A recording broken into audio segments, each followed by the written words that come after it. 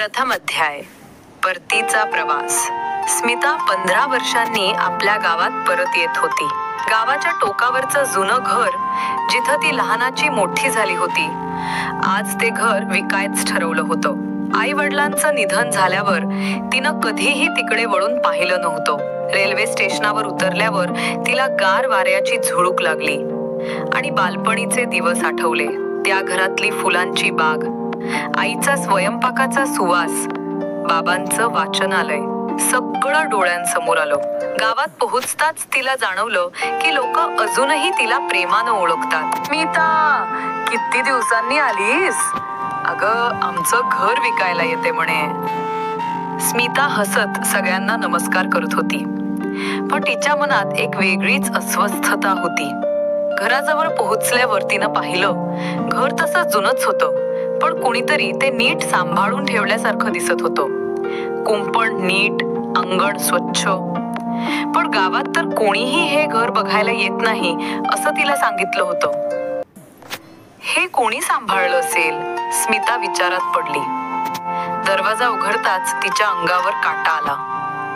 समोरच्या भिंतीवर तिच्या आई वडिलांचा एक जुना फोटो होता आणि त्याखाली ताज्या फुलांचा हार. स्मिता कोणाला भेटेल? घर विकायचं ठरवूनही ती निर्णय बदलणार का? स्मिता घरात शिरली. घरातील प्रत्येक कोपरा तिला बालपणाच्या आठवणींनी भारावून टाकत होता. भिंतींवर अजूनही जुने फोटो होते आणि कोपऱ्यात बाबांचं वाचनालय अगदी तसेच नीट नेटकं ठेवलेलं. तिला आश्चर्य वाटलं. हे घर कोणी नीट सांभाळलं असेल. गावात सगळ्यांनी सांगितलं होतं की घर कोणीही पाहत नाही. तिनं पिशवी ठेवली आणि झाडाझडती घ्यायला सुरुवात केली. स्वयंपाकघरात गेलेली स्मिता दचकली. जवळ ठेवलेली चहाची पातेली अजून गरम होती. जणू कोणीतरी इथे अगदी आत्ताच होतं. कोण आहे? स्मिता जोरात म्हणाली, पण उत्तर आलं नाही.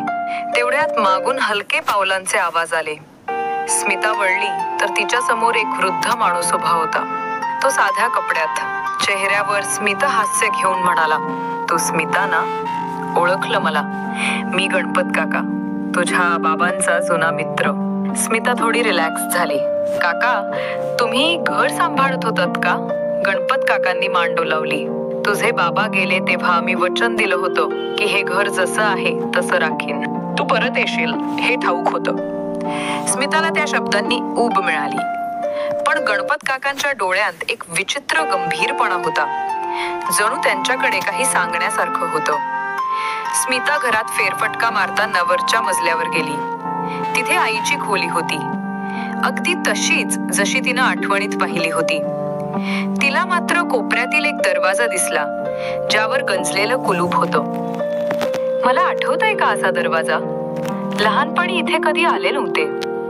ती खाली येऊन गणपत काकांना विचारते, वरचा दरवाजा का बंद आहे?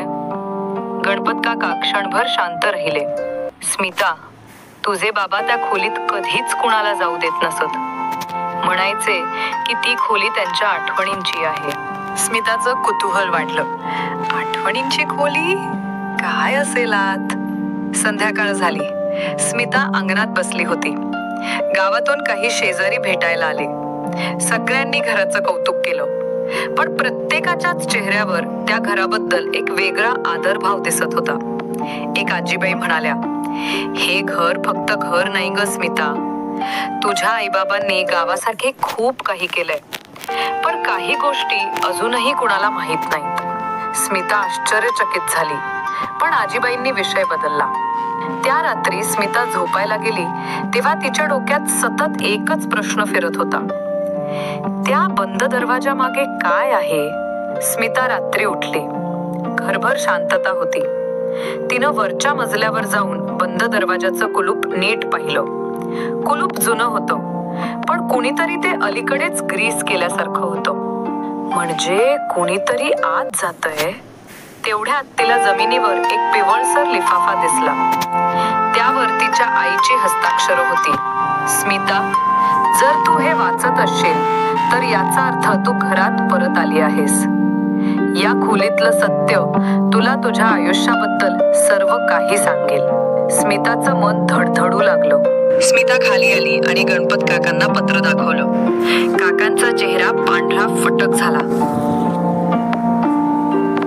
स्मिता, मला वाटलं नव्हतं की तुला हे दिसेल, पण जर तू खरोखर जाणून घ्यायचं ठरवलंस तर तुला उद्या गावातल्या जुन्या वाचनालयात जावं लागेल. तुझ्या बाबांनी तिथं काही कागदपत्र ठेवल्याचं सांगितलं होतं. स्मिताचं मन आता बेचैन झालं होतं. तिला जाणवत होतं की तिच्या कुटुंबात काहीतरी मोठं गुपित लपलेलं आहे. त्या खोलीत नेमकं काय आहे